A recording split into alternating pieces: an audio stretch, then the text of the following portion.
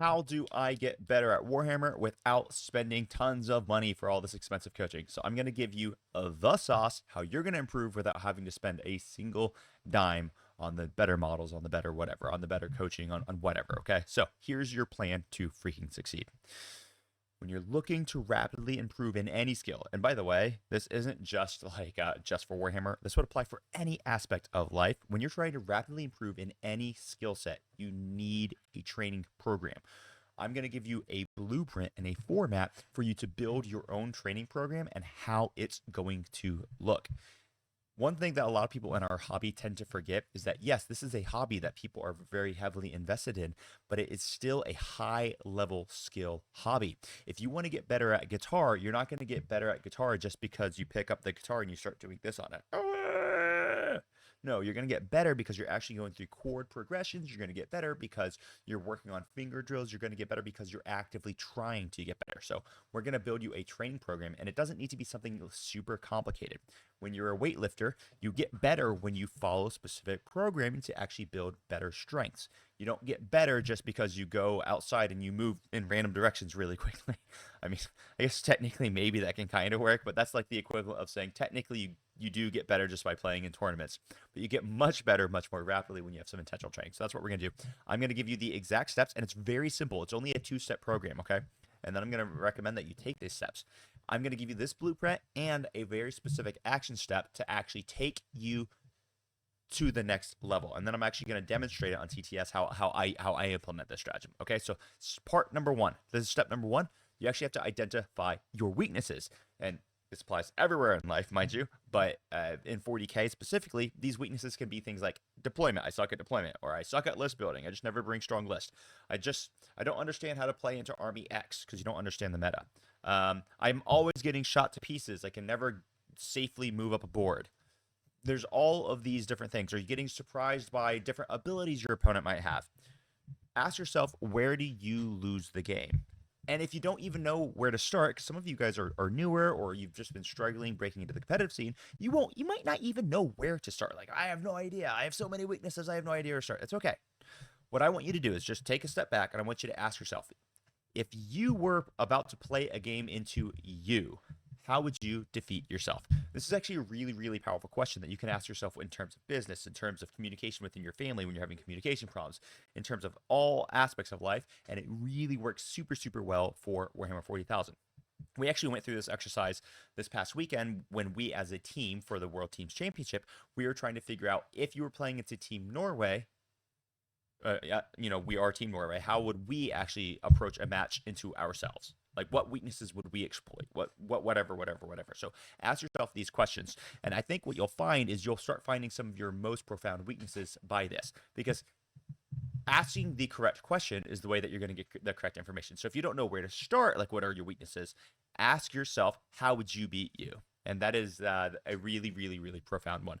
So if I were to try to beat me, for example, right? If I were trying to play against me, what I would say is okay, Jonathan tends to be overconfident in matches. He tends to be overconfident that when he just does the thing that people don't expect him to think, that it will work out. So I'm going to try to bait him out to go for the 8-inch charge or to go for the all-in shooting phase. Because when I look at Jonathan as a player, myself, I know that he likes to take risks. So I'm going to try to bait those risks out in scenarios where it just really shouldn't succeed. And then I'm going to punish him for it.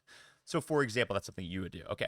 But let's just, I'm going to use an example here. So once you identify your weakness, take your weakness. And then we're going to go into eliminating with the weakness. Now, just for this example, I'm going to talk about moving up a board without getting blasted. But this is how your training program is going to look. You got to look at what you actually have time-wise to dedicate to practice, and then what you have actual availability-wise to dedicate to practice.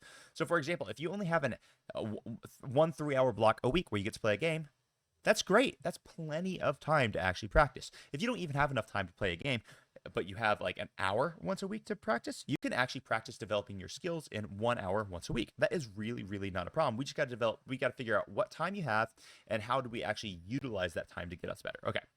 So let's just say our weakness as a player is that we always get blasted whenever we're moving up the board because we just can't, I don't know, we suck at staging. So what you're going to do is when you're going to play a game, or if you don't have time to play a game, if you're just going to plan a deployment, what you're going to do is you're going to pre-game identify your natural staging points, not your nature staging points, your natural staging points. Let me fix that here. Your natural staging points. These are positions on the board, and I'm going to show you these in a second. These are positions on the board where you can safely stand from being shot, but you can still extend your influence upon the board. Just real quickly, I think I'm going to switch to a TTS view so you guys can see what I'm talking about here. So, for example, if this is a GW map 8, this would be a perfect example of a staging point, because if you have, say, like infantry, you can stand right here where I'm putting the arrows, where you can stand safely here. Your opponent can't shoot you here, and you can still move out to extend your influence on the board. This, however, would really not be much of a staging point, even though you could stand.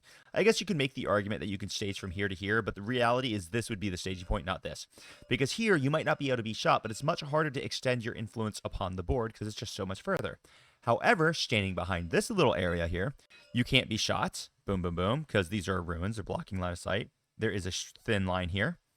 But you could stand right here and still be able to extend your influence on the board. So this would be a straight staging point. This would be a great staging point. So what you're going to do pre-game, if you suck at moving the board without getting shot, you're going to identify the natural staging points. On this map, these are the 2 natural staging points. So those are the places where you're going to put your melee or your transports or whatever, or even your shooting, and you're going to put them there where your opponent can't really interact with you all that much. So that's that. All right.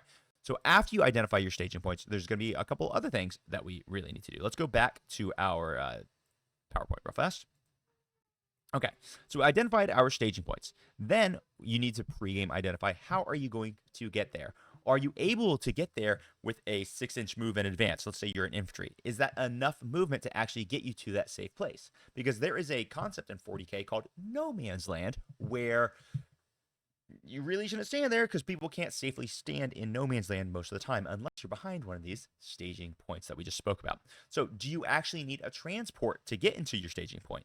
So on certain maps, you might actually have to move 13 inches to be in a safe place from your deployment zone. Maybe you can deploy safely, but the next place where it's actually safe to stand is 13 inches away. So if you're infantry, you could actually never get there even with a 6 on your advance. So you would need actually a transport to advance to get your infantry in there. Or you would need to deep strike your infantry there, or to, uppy downy or whatever. So you would need some other mechanism to get your infantry into that position that it happens to be safe.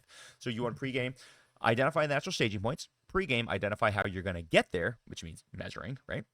And then you want to set your goal for the game to be very simple. My goal for this game is to get myself into these positions without getting shot. And then you don't care if you win or lose. Winning or losing is not relevant to the actual training session. So you want to just get into that position where you cannot be shot. And then you're going to repeat that 5 to 10 times. Now, a lot of you guys might say, "Oh, but that you're kidding me. That's going to take 15 to 30 hours of play just to master the skill." It doesn't take anywhere near that, because what you're going to do is you're going to go on to step number 3, which is drill. And I'm going to teach you how to drill. You're going to drill using something called the re-rack method. This is way less time consuming. A standard game could actually cost you 3 hours, but when you're drilling to gain a skill and you're using these re-racks, you could play the relevant portion of the game 7-8 times in that same 3-hour time span. So this is something that I like to do all the freaking time with clients, or I'll do it when I'm prepping for tournaments, or I'll do it when we as a team are prepping for team tournaments as well. Let's say that we have the idea that, okay, I personally am really confident that my army X can go and crush army Y, and I can actually just stand out in the middle of everywhere, and I don't care if my opponent shoots me because they can't kill enough, which means that next turn I'm going to get into them and I'm going to murder them. Well, let's put it to the test. So let's say I put all of my army out in the middle because I don't think my opponent can kill enough. And then my opponent comes out and they kill a lot more than I expected. Do I really need to play all 5 rounds of that game? No. Just end the game, re-rack, start it again, and start it with a different mindset. Be like, okay, cool. That strategy doesn't work. Let's just start this game over, move right back to the deployment game, to the deployment zone, and let's try my next strategy. My next strategy might be, hey, I'm only going to expose a lone op, which is going to force my opponent to come up really far if they want to deal with my lone op, and then I'll expose my army, killing one of their key units, and then it's okay because now they can't table me. So you try that. That might take you 20 to 30 minutes to figure out if that strategy works. If you survive or if your opponent's not able to come out enough to deal with you, okay, great. Maybe this strategy works a lot better than the all-in strategy worked, right? So you do these re-racks where maybe you only play, maybe you even just re-rack deployments because your weakness is deployments. So when you're doing this, you might only play turn 1. Hey, we deploy against each other, and turn 1 we see where I can get. So this style of deployment allows me to get into position X, which means that I have an advantage over here. So this is something that I might do 4, 5, 6, 7 times, and I can repeat this on different maps. And I can do that, heck, almost 10 times in 3 hours. So if I'm trying to get better at the game, I'm going to drill these specific strategies or specific skills, a lot of the times utilizing the re-rack method. So you can test this what happens when you go first. You can test this what happens when you go second. Multiple different deployments. Okay, so I'm going to actually demonstrate how this works on TTS right now. I'm going to give you a few different scenarios so that you guys can kind of learn how to implement this yourselves. All right, so let's just go back to that TTS screen. Here we are. We're on a TTS screen. So what I did here is I've got some demons, and I've deployed against some Imperial Knights. So the Imperial Knights is just a bunch of like Armature Warglaives, a Castellan, Canis Rex, some Helverins. Chaos Demons is going to be Be'lakor, Skarbrand, Greater and Clean One, Lord of Change. All right. So this is my theory as the Demons player. I think it's perfectly acceptable for me to deploy relatively on the line. The Greater and Clean One can't be shot because he's in the 6-inch aura. The Bloodthirster is going to be tucked all the way in the corner, so it's going to be no big deal. My opponent can't really shoot him. All right.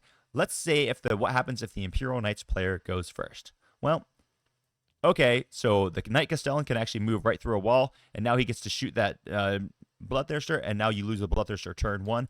Okay, you're down so much already by losing a big model that maybe this is a stupid deployment. You don't need to play the rest of the game. Don't spend another hour and a half, 2 hours of just struggling through it. It's not useful information. Re-rack, reset, and understand that the Bloodthirster probably needs to be within the 6-inch aura of Be'lakor so that he can't be shot. Seems pretty smart, right? Okay. Now, let's say that the demons go first, and they know they've got one of the toughest models in the entire game in the form of the Greater and Clean One. He's going to be T13 with 20-something wounds, a 4-up invuln, a 4-up feel no pain. He can reroll invulnerable saves of 1. The demon player thinks that he can tank an Imperial Knight's army shooting. So demon player goes first. Turn 1, Greater and Clean One advances, goes straight to the center, scores area denial, and now he's going to cause a big problem for the Imperial Knights because the Imperial Knights is going to have to seriously put a lot of their stuff on the line. At the same time, this demon player is probably going to advance Skarbrand to kind of stand right here. You're going to advance the Lord of Change to maybe stand over here, or maybe even the Lord of Change just moves right here so that he can shoot into some Imperial Knights and get the Lone Op aura, but probably not because it's not the best strategy. So let's just say the Greater and the Lord of Change moves up here with Skarbrand. Bloodthirster moves up, and so does Mr. Be'lakor. So all these guys move up just into this little pocket. And the theory is that the greater demons can survive the Knight's onslaught. So let's find out if they survive the onslaught. Knight Castellan walks straight through the wall. And if you guys don't know how that works, the super heavy walker ability allows them to walk through a wall. Canis Rex comes and moves his 10. Then we're going to have an Armiger move on up 12 inches. We're going to have 2 Helverins move on up roughly 12 inches. Pew, pew, pew, pew. We're going to have these Armigers move up, and they're going to go about 12 inches, 1 inch away from these Nurglings. Okay. You're going to come up here. You're going to come up here. Helverin's going to move up. And now they're just going to sink their entire army. We've got 1, 2, 3, 4, 5 Warglaives with Meltas going in. We got a Castellan going in. We got a Canis Rex going in. And then Canis Rex is even going to charge if the Greater and Clean One survives. What you'll notice is the Greater and Clean One is probably dead at this point, regardless of how tough he is and durable he is. And you were wrong. You're just going to be like, oh, okay, my theory was incorrect. I actually cannot tank the Knight's army. And then you try to figure out, does that mean that you lose the game? Or is it worth playing out to see, now can I hit him back hard enough?